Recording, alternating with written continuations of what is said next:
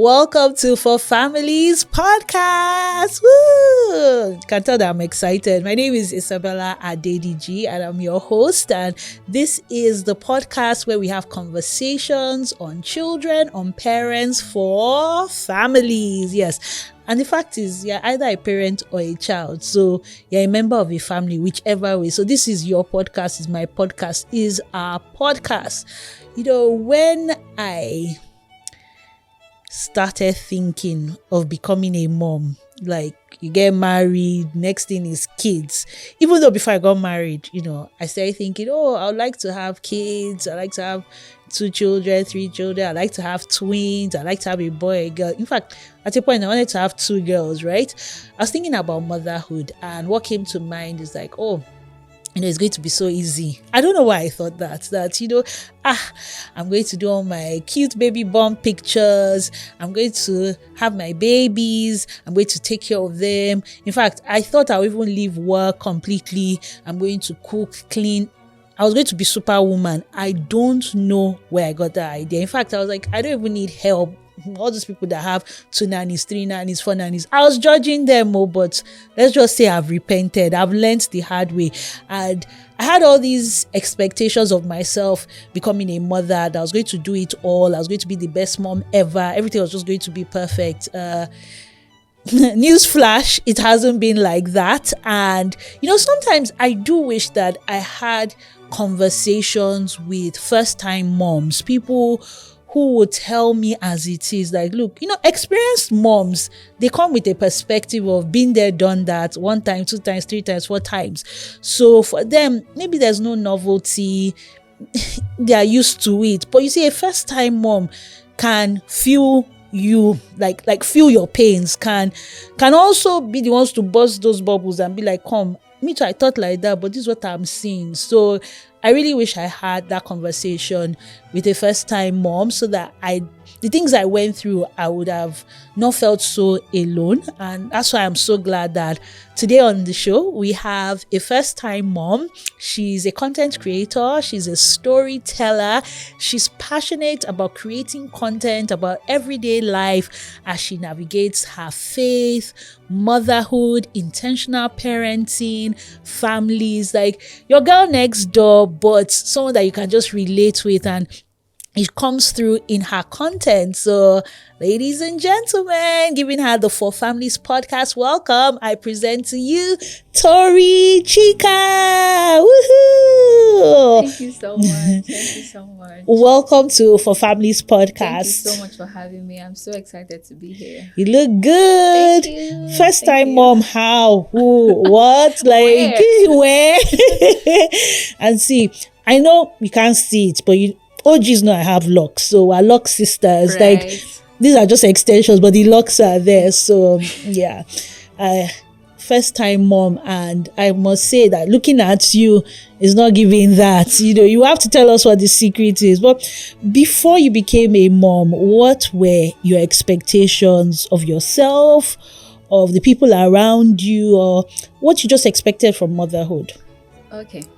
First off, a lot of my expectations were busted because a lot of things did not happen the exact way I planned or I expected. The first one that threw me off, when you get pregnant, people show kid bump photos. I had pregnancy melasma. Please, what is pregnancy melasma? Melasma.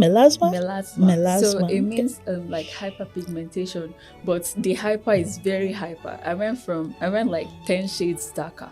Wow. That's to see me in my 3rd trimester. I was black. Wow. Black. I don't know how my skin came back to being normal, but I haven't used any products. It just took its time. I came back to normal. So that was the first thing that hit me. So people who didn't know you would have said you were bleaching.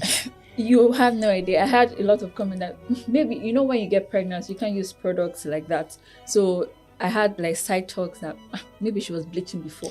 Wow. And now that you're pregnant, you can't bleach again. Hey. So that was the first thing that happened to me. And I was like, who am I?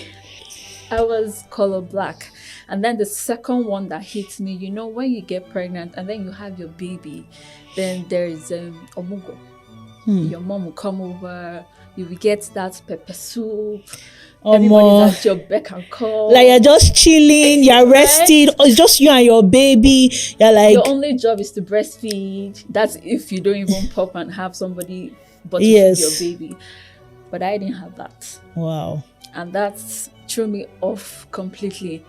It was... Let's go back to pregnancy, because I've heard about people getting darker, but maybe I've not seen anybody. And some things when you don't see them live and direct, just think it's the internet and everything. How did you deal with it? Were you ever warned during antenatal classes that you could go 10 shades darker and become black? No, nobody warned me. That's why I said it hits me out of the blues. I was fine. First trimester I was fine. Second trimester was really pretty, pregnancy glow and all. Yes. Third trimester came, I was black.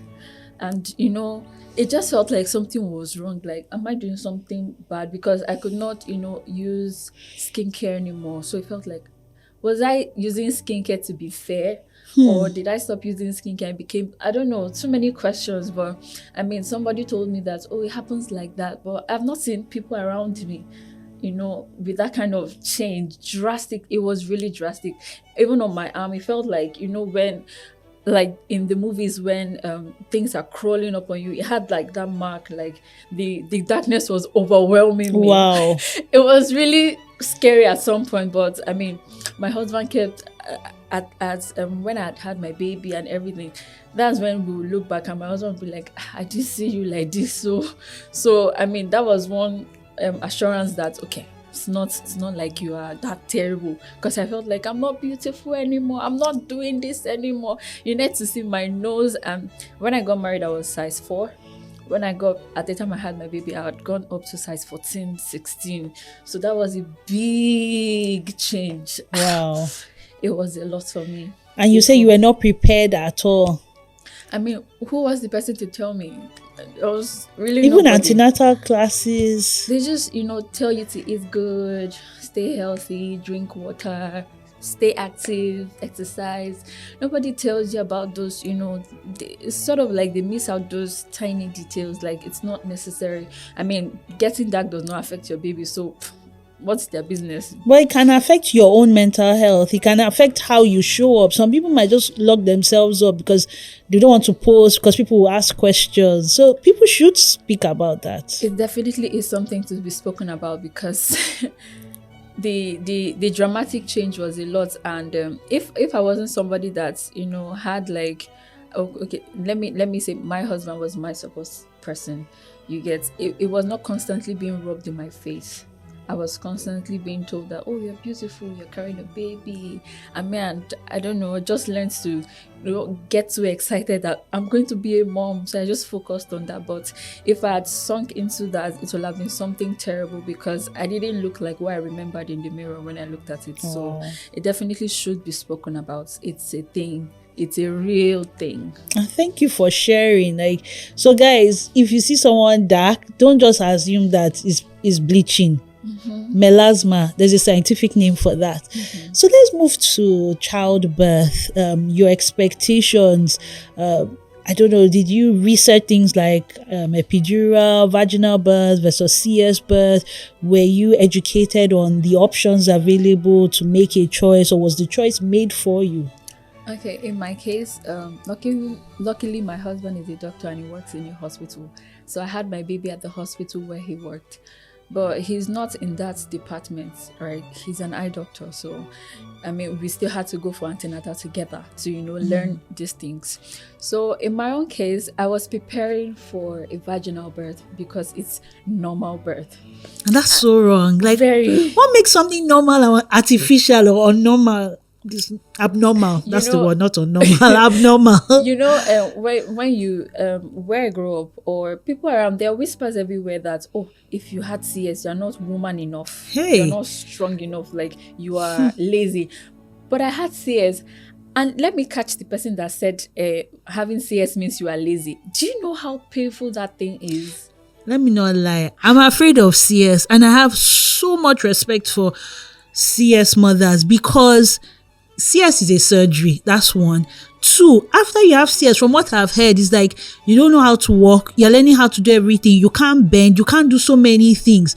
So for me, it's like you have passed through the the shadow of death. I mean, how they say the valley of the shadow of death. What was that like? I mean, you were preparing for a vaginal birth, and then you had to have a CS birth. Yeah. So in my own case, I had an X-ray done. I can't place my head on the name right now, but it's to see the size of my pelvic, if my pelvic is wide enough. But in my own case, it was 50-50, right? So I was preparing. You know how I had learned, even the comb, I don't know how they put it. You hold a comb, to help distract your brain from the pain of vaginal birth. Yeah, to redirect your brain to a different pain so that you're not focused. I read so much. I mean, at that point, you could just give me a certificate because I was even educating other pregnant. I'm a first-time mom, but I'm not entirely new to it. The first-time mom part I'm new to is having my own child, because I had to work as a nanny at some point in my life. Even when my sister-in-law had a baby, I took care of her from pregnancy to childbirth. I bathed the baby, I bathed the mom. It was during cashless period, so people couldn't really come. I was the only one, so been there, done that. But having the baby myself, it was something, and it was terribly painful. I prepared for vaginal birth, but my husband saw the results and he was like, this is 50-50. It means that chances of prolonged labor might happen. So we're not taking any chances. So the Hebrew woman is, mother is alive, baby is alive, and we are going Preach. home. Yes, so because, people just, we had a bad experience. I'm not going to share that here because it's really traumatic. My son is supposed to have a cousin, but we lost him tragically to Hebrew woman syndrome. I'm just going to put that. So that was a really bad story. Anyway, we decided to have a CS birth. I went home and I actually cried because it felt like I'd prepared so much for this vaginal birth, to just have my baby swim down out of me, and that wasn't going to happen. But my husband, talked me out of it, and I'm going to have my baby. I'm going to be awake. I'm actually going to skip labor pain. I hear it's very painful. It is. But CS pain is also there too. CS pain is crazy. I was trembling in pain. Luckily, I was awake. I'd had surgery before. So the doctor asked if I could bear it. I said yes. I was awake. I was gisting with my husband since it was his colleagues doing my surgery. We were all gisting and having fun. He brought out my baby, showed me the baby. I was like, I don't know. I didn't have that, oh, my baby moment. I was like, oh, thank God you're out of me. That was my first reaction. I didn't have any cute, oh, my baby's here. Just bring the human out of me, and I'm tired. So, I mean, after having the CS, it was time for recovery. It's funny how immediately after a major surgery, you're supposed to be a mom immediately. Because less than 24 hours after my surgery, the nurse came and checked, oh, you can breastfeed. I cannot even sit down. How will I It was terrible. And then I had to learn to breastfeed. I had to learn to sit. I had to learn to walk. CS moms, you guys are like super women. I cannot even, because I think we take that for granted, that it can also go like very wrong. People can die, and when you come out from that surgery, that's a major thing. It's a big and miracle. The recovery thing, like, you're not meant to do a lot of things for the first few days. So, and you mentioned earlier that one of your dreams was to have like the pepper soup and the whole, let me just chill, feed my baby, sleep, and everybody will take care of me, and you didn't have that. So how are you able to cope with your healing, your recovery, and then bond with your baby? I over-prepared mentally. I was very real with myself. I know the situation. I don't have my mom in my life. My mother-in-law is not very strong enough to do all that running around for me. I don't have siblings around. I don't know. The people that came for me for my recovery were my friends. People I met like less than 2 years before I had my baby. You know how God can, put people in your life, strategically position these people to be there for you. I call them my sisters now. I'm here right now. They're with my baby. I mean, we had to be away for 1 week. They were with my baby, and my baby was having so much fun. Totally forgot me. Yeah, that thing can be painful. Very, very like, I'm your mommy. Come on. But I mean, God put them in my life. They were the ones that did all the drama thing for me. But how I was able to cope is that I over prepared. I knew that, when you know nobody's coming for you, this strength will come up. It's unfair that I had to do that, but I mean, unfortunately, that was my reality. So I over prepared. I did not even allow anybody attempt to bath my baby when we got home. I put the baby on my lap, sat on the toilet, told my husband to put everything in place for me, and I took my time and I bathed my baby. Even with your CS injury, are you sure we should not fine you? I had to. I mean, I had to bath my baby myself. I did not even want my husband to do it. Why? He offered, but I don't know. I mean, I didn't bath my baby myself, but good kudos to you. You know what for supper? I'm not doing it again. Yeah, okay, I've heard it because. Like, I can't even imagine like what you would have gone through. It was really sad, actually, because I mean, I knew that this is the time where your mom sort of eased you into motherhood, and I was going through the emotional pain of her not being there, and then the physical pain of having had my child without my mom. It was a lot, but I mean, I'm grateful that I'm here. My baby's fine. My baby's thriving. Baby's okay, and I'm first-time mom, but it feels like I'm a senior sister first-time mom. I'm always telling other first-time moms, oh no, you do it like this. There's something called upper gas and lower gas. They only tell us to prop the baby after feeding, but there's lower gas that I don't know. I read too much, man. I over-prepared and I read too much. It helped me, but I mean, that's not okay. I unfortunately had to do it, but that's not okay. It was too painful. I don't recommend. So maybe if you decide to go down this path again, you do things differently. Yes, I would accept help. I'm glad you're saying this, because at a point I thought I don't need help. So how like what made you get to this standpoint now, like of accepting help, even if it's not your mom's help, but help of friends and hopefully help of your husband? Because you said you didn't allow him bath the baby, but I'm sure you've allowed him to help you. Yes, and it's easier for me. I'm firstborn, first daughter. I'm used to carrying everybody, and I prior to now, I'm learning now. I don't know how to receive love. I give a lot. I pour out myself. I love to help people. Like I said, my sister-in-law had a baby. I was there. If she's craving butterfly and magnet, I'm cooking it for her. Wow. I'm doing everything for her. Do you want your leg? I will rub your leg. I will clean your feet. I was bathing the baby till like 5 months. Wow. But it was time for me to have my own baby. I think I also, focused on the help I expected, and I forgot to appreciate the help that was available. So, I thought that would be my mom, my mother-in-law, the women. But these young ladies are my blessings, my angels. Even their mom was available for me. I was just, I wanted this exact way. I'm very principled, organized. I was not allowing people to do things their way for me. It could have been better, maybe messier, but they're getting things done, and that's their way of giving me back, pouring back to me.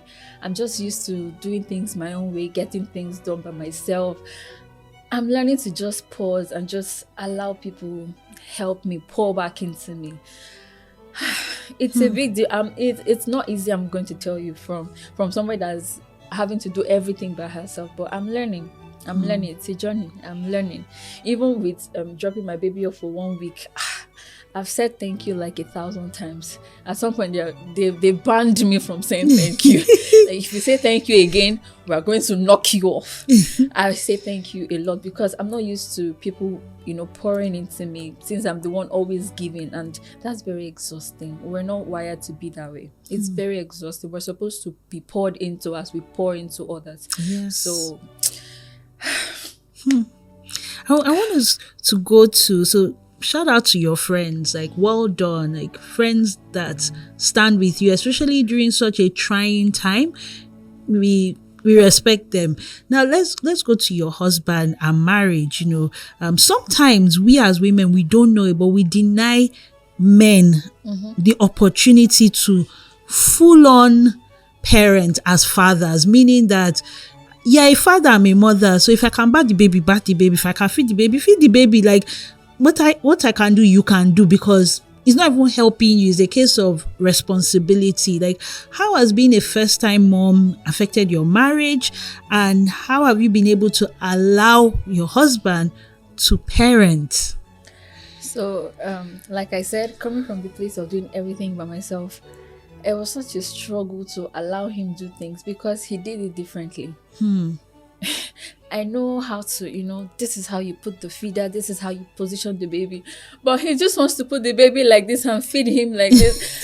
You will kill my child. But he's like, the baby is also mine. I'm like, I carried him for 9 months. But I'm learning. Like I said, it was really a tough time because my husband wants to help.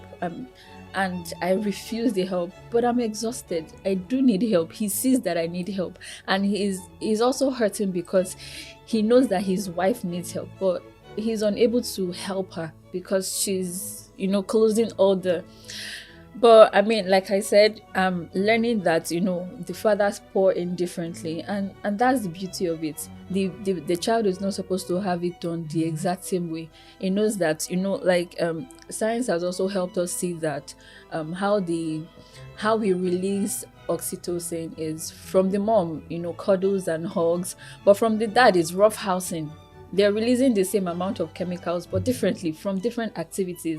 So the child is getting poured into by hugs. They're getting the exact thing, but they're going to get the exact same thing from their dad by rough housing, playing, crawling around the entire house. I don't like to watch them play. Why? It's too scary for me. Throwing up. Please, just give me the child to hug him and cuddle him. Please, it's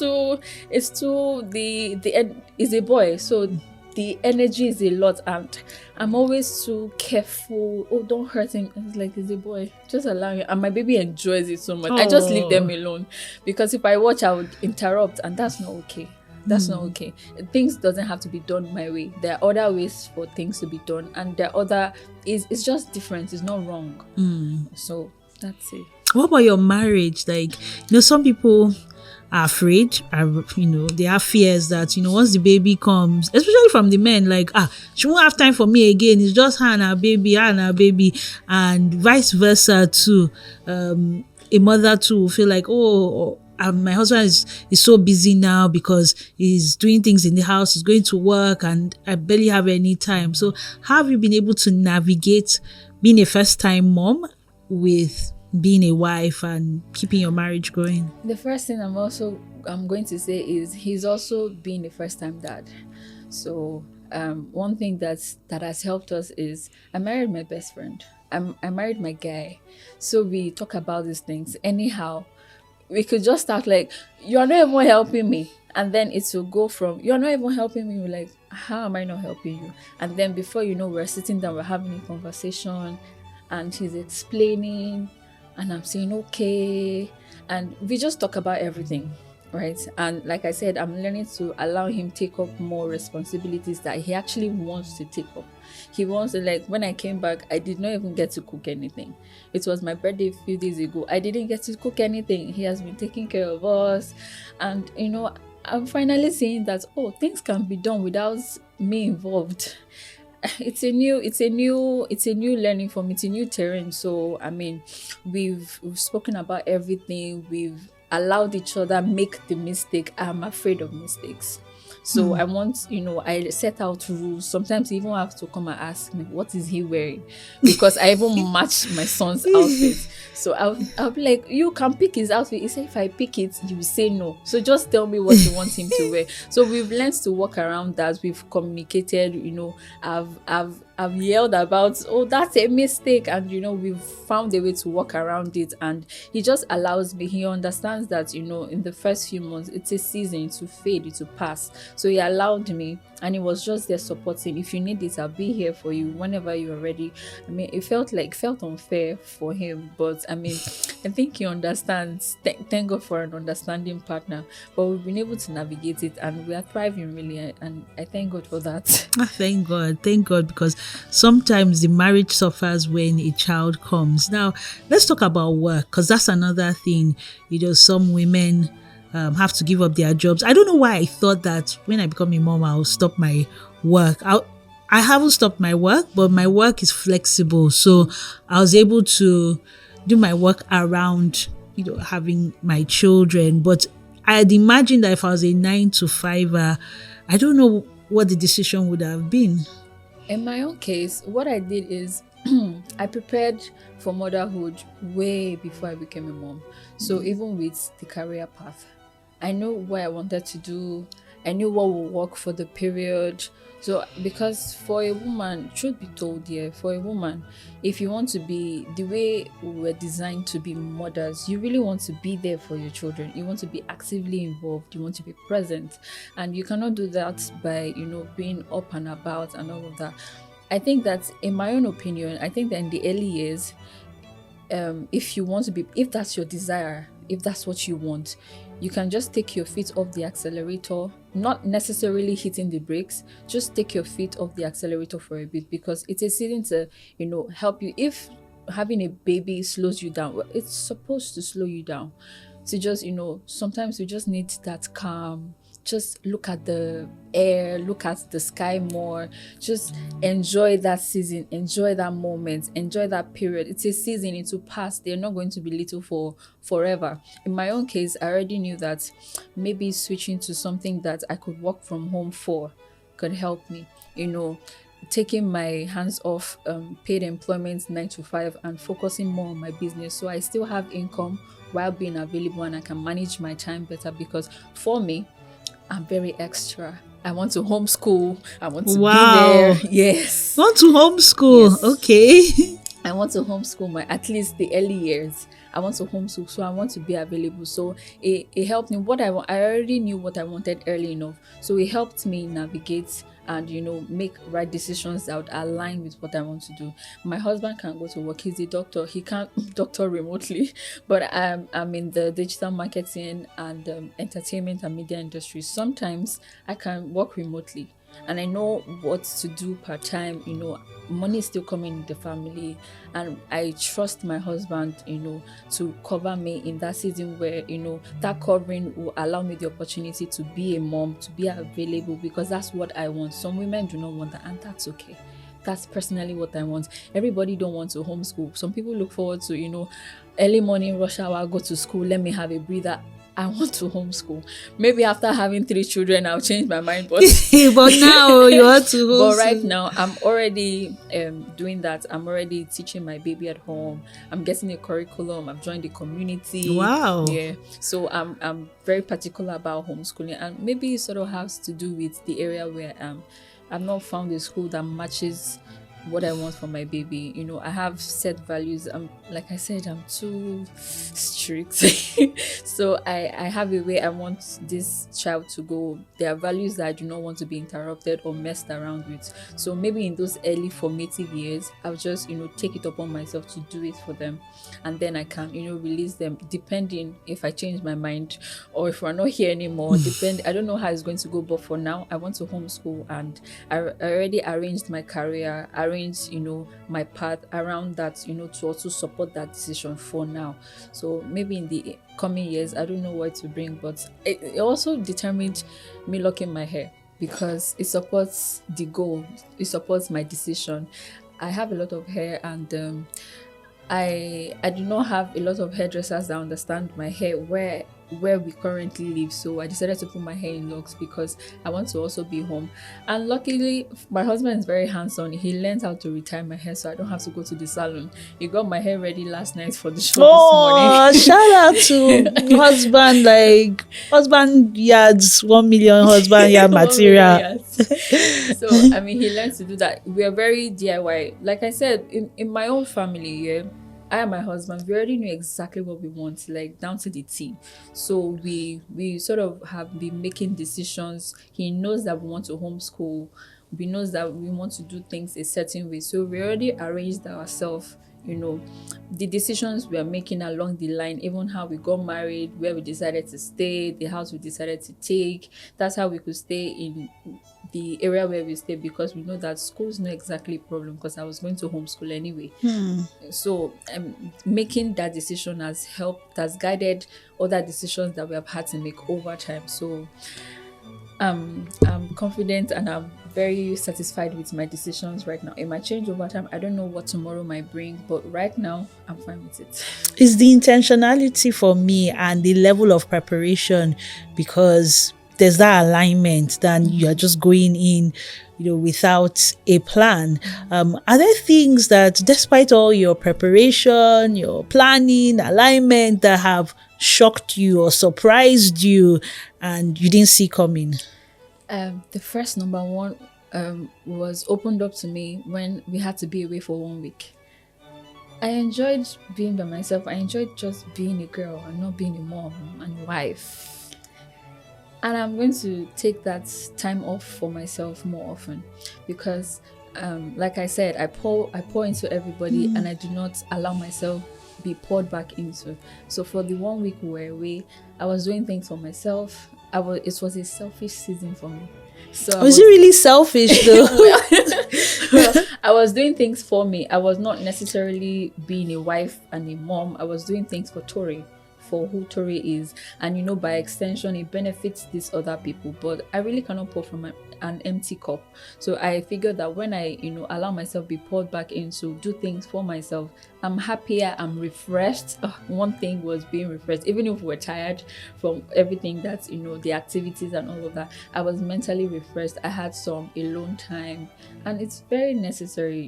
Just do girls time.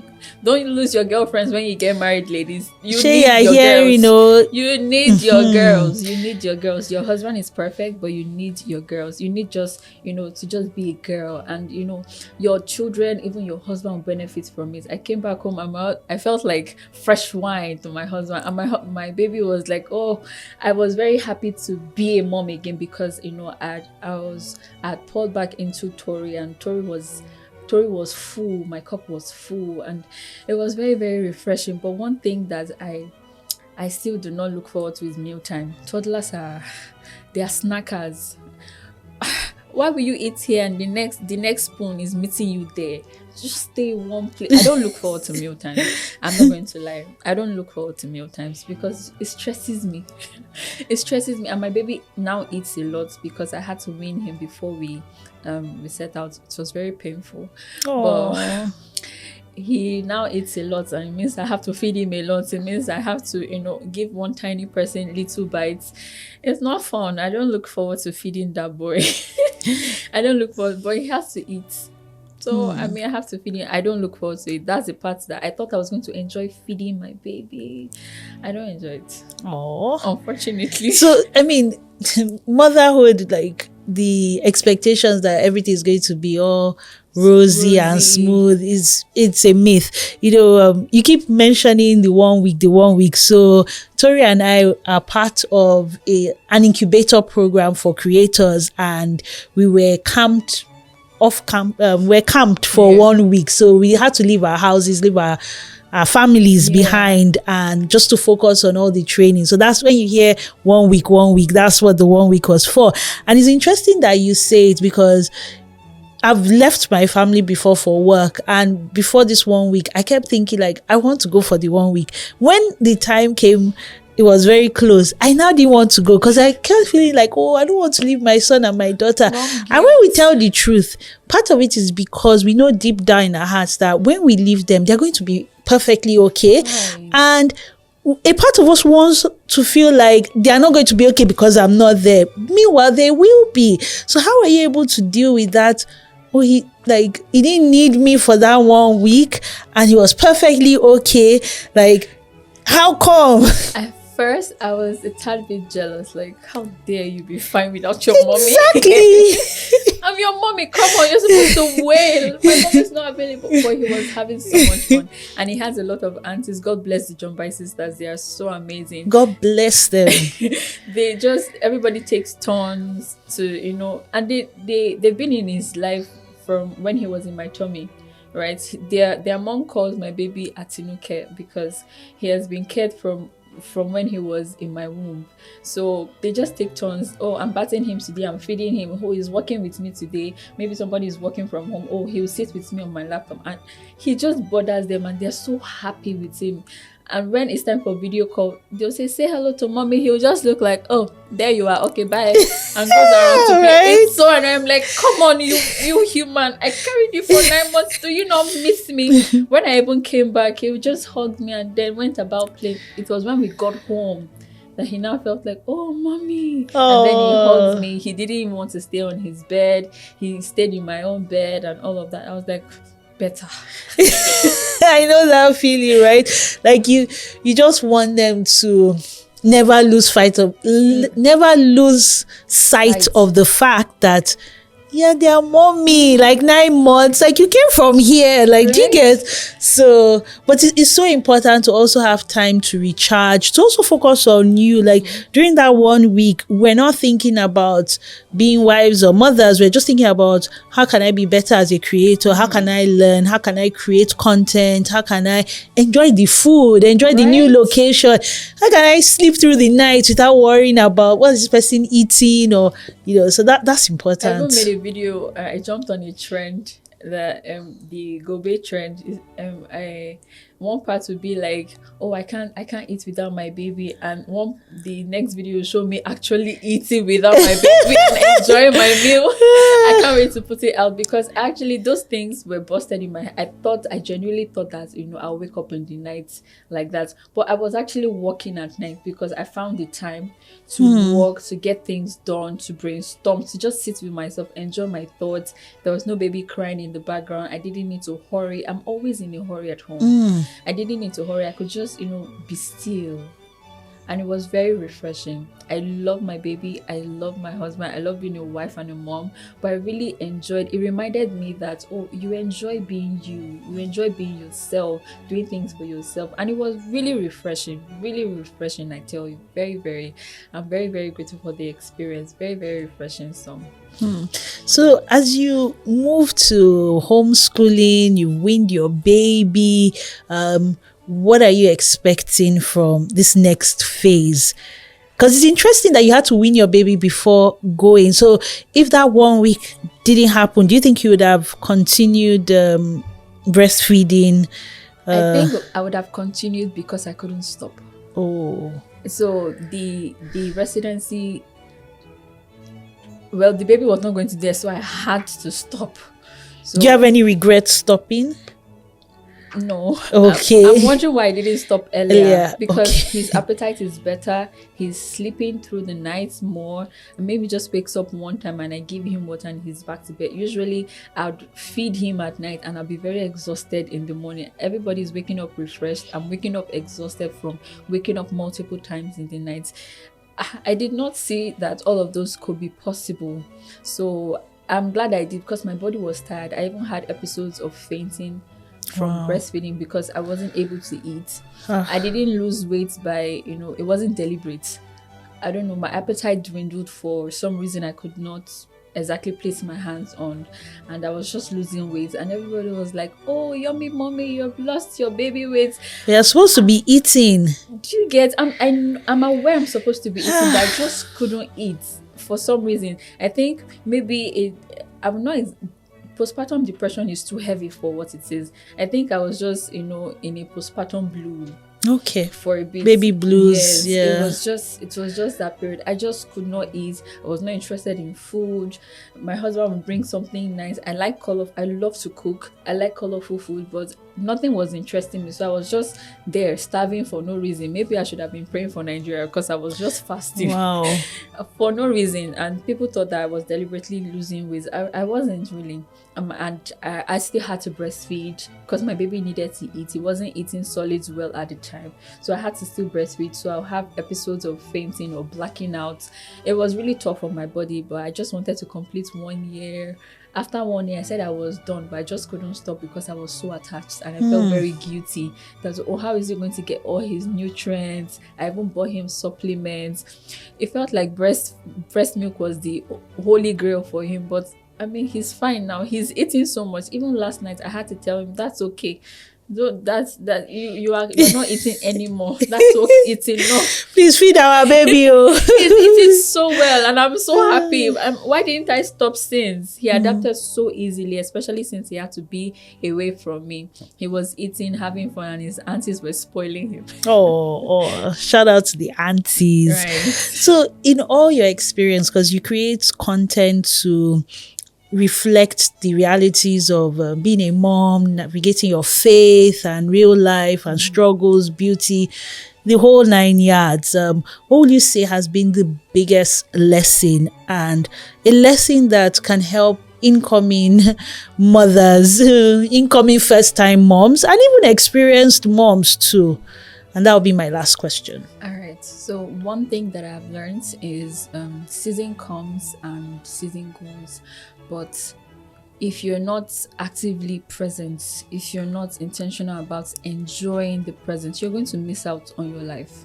So one thing that I've learned, and one thing that I constantly say, even on my social media with the content I create, is be present, enjoy the everyday, and actively engage with deep, unshakable joy. Not happiness, I mean joy. Be present, take it all in, because it will pass. My baby is not 1 month anymore. He's 1 year now. But I enjoyed when he was 1 month. I'm so glad I did not, hate when he was 1 month and look forward to the next phase. So I enjoyed every phase, because, the phase has passed. Another season is here. The season will pass. Another one will come. So just engage with, be present and engage with deep, unshakable joy, because that's the only way you don't miss out on your own life. Don't take back seats in your own life. It's very unfair to yourself. So that would be my answer. Engage with deep, unshakable joy and be very, very present. I love it. Engage with deep, unshakable joy. That joy that comes from within, Latin, that you're just happy. It's more than happiness. You're just like, wow, I'm here. Like, when you think about it, there was a day when you and I both dreamt of becoming mothers, and now we're mothers. So instead of saying, oh, when will this child grow up and everything, like, I'm happy. Yes. I'm a mom. Like, I'm filled with joy. And I think every now and again we should just pause and just take it all in its fullness, not distracted with phone. I think that's so powerful, that we're really present in that season, because as you say, seasons come and seasons go. Thank you so much, Tori Chika. I've had an amazing conversation, and well done.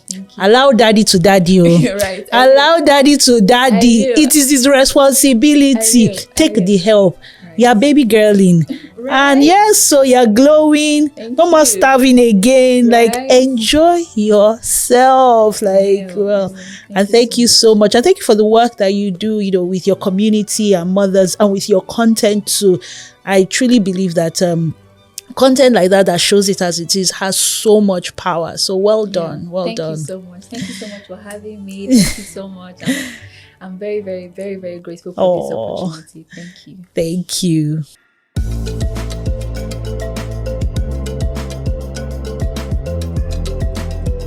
Welcome to What I'm Loving Now, where I put you on to the good stuff, good stuff for families. So what am I loving? I'm loving challenges. Please allow me. I'm in my creator era.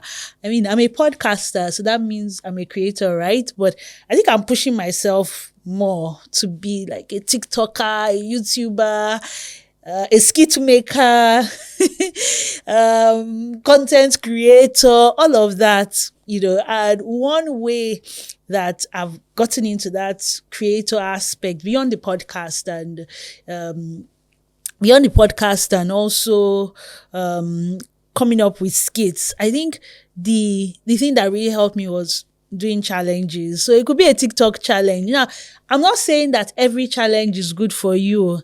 There are some challenges that are not family friendly. So I'm not endorsing the one that is not family friendly. But there are some challenges that it's just fun, like you're learning a dance step or you're actually thinking through something. So there was one that I did because beyond podcasting or presenting on TV and radio. I'm also an MC. So I was like, oh, I want to jump on this challenge on TikTok, the fake CV challenge. And I was like, okay, what do MCs do at events? What do? They set the tone. So it's like, set the tone. What comes to mind? That's how I brought out keyboard and I started setting the tone. Like, is it a low tone, mid tone, or high tone? High tone, because it's high class event. So that was a challenge that I did. And I also did it for the Alaga, because I'm also an Alaga, where I was like, okay, in Alaga, in Yoruba culture, they'll say, domisile kole tutu. That means pour water on the floor so that the ground is cool. That's the literal meaning, but that's not what it means. It's, when your Alaga is saying, domisile kole tutu, it's like, as the family, you want to register your presence, you drop something now. But what I literally did was pour water on the floor. Then I checked the water. I was like, this water is not cold enough. And I went to go and collect ice block from the freezer, put it there. And I was like, yes, now the ground is cool. And I almost fell down, like it was all acting, right? But that was a fun challenge. So that's just an example. And there's some other challenges that I'm thinking of, like, okay, I can incorporate my family members. That's if my husband and children will cooperate. But, I've seen challenges where I saw someone doing, I think it's the one with fowls, and the person's like, since my husband not cooperates with me to do this challenge, I called my mom and it both did the challenge together. So if your husband and children will not cooperate, there's still your mom, your dad, your auntie, your uncle, your friends, because family, now you have extended family, you have work family, church family, mosque family. So challenges are a great way to, if you have dreams of entering the creator economy, you just want to have fun, or you want to do something with your family, why not jump on a family-friendly challenge? So that's what I'm loving now. So guys, if you see me as a skit maker, you see me jumping on a challenge, I'm still a podcaster, but guys, support me. The ministry must move. What are you loving now? I would love to know.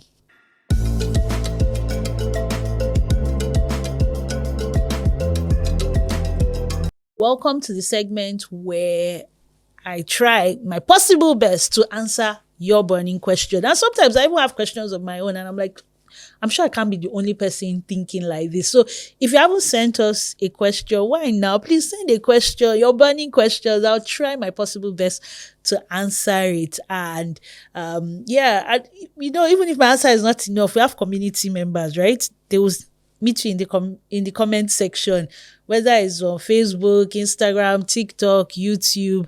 We will meet you in the comment section. So please, your questions are safe with us. You don't have to put your name, but it's so important for when you do have questions regarding the family, you should share them with us. And I believe in answering them, we can spark conversations, even if you don't get your perfect answer. So today's question has to do with in-laws. How do you deal with in-laws? So a mother-in-law, a father-in-law, sister-in-law, brother-in-law, auntie-in-law, uncle-in-law. I think dealing with in-laws can be very tricky, but what I'll say has worked for me is that your in-laws are family. They're your husband's family or your wife's family. So they're your family, because when you think about marriage, it's like the coming together of two people to become one, the coming together of two families, especially here in Nigeria. Marriage is not just two individuals, it's the families coming together. And that's why you see there's a whole song and dance with the two families in our culture. So when you first see that they are family first and foremost, and they're your husband's family, then you appreciate that these are not just strangers. They are the people that maybe for the most part grew up with your husband, or know something about your husband or your wife, as the case may be, your spouse. So the best way, I think, to deal with your in-laws is also to go to their family member, which in this case is your husband or your wife. This issue. How is mommy? How is daddy? There are some things that you're not going to see on the internet. There's some things that is only when you're in it, you're going to learn. So having those conversations, honest conversations, like, this is mommy, or this is my mommy. This is some of the things you should know about. You can even be proactive. You can use your own example to start a conversation, like, growing up, mommy was like this, daddy was like this, my brother was like this, my sister was like this. These are the kind of relationships we had, or these are the kind of things we did in our house. What it does is that it allows your spouse to understand where you're coming from, understand the background. It's almost like you're giving them expo. And once you're able to do that, it should make it easier for your spouse to reciprocate. So as I've told you about mommy and daddy, brother and sister, auntie and uncle, you to let me know how your own is too. What was it like? And then when you have that better understanding of where they are coming from, you can appreciate certain things they do because you have context for it. So have those conversations. Start with the person that knows them. Let that person give you the expo. And then I would substitute law for love. So when we say my mom-in-law, my father-in-law, my sister-in-law, why don't we change it to in love? So it's no longer just, this person by law is now my mother, or by law is now my father or sister or brother, but by love. And what does that say? Love is not by force. It's of your free will, right? So if we just start thinking of them like, these are my parents in love, my aunties in love, and what would I want for someone that I'm attaching love to their name? Sister in love. I don't want bad things for my sister in love.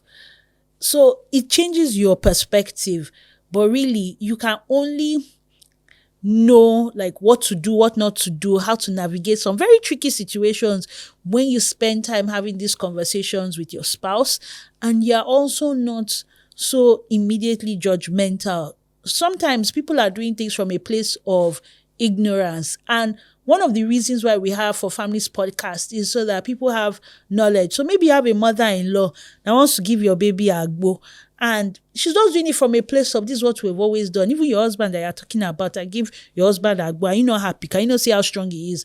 But that mom-in-law or mom-in-love doesn't know that agbo can harm the baby. They go and watch ForFamilies Podcast and they see a consultant pediatrician like Dr. Ayodele Rena, who is, already famous on social media as, the noisy Naija pediatrician, spitting facts and explaining things, then they are likely, I'm not saying it's 100%, but they are likely to have a change of heart.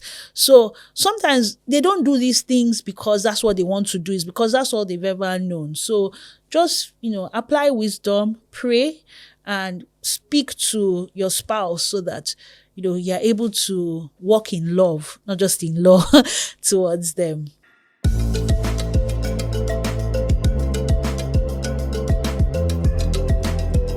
I've had a great conversation today. I can't even lie, because I remember what it was like when I was a first-time mom, and now I have 2 kids, and I wish I knew some of the things that I knew back then. So I'm so glad that we spoke to a first-time mom, Tori Chika, and she was so real about some of the struggles and things that no matter the amount of planning that you do, is until it happens in real life. So this was such a heartwarming conversation, and I'm glad that we brought it to you, so that whether you're a first-time mom or an experienced mom, or you're a first-time dad, maybe we need to bring a first-time dad, to balance the equation.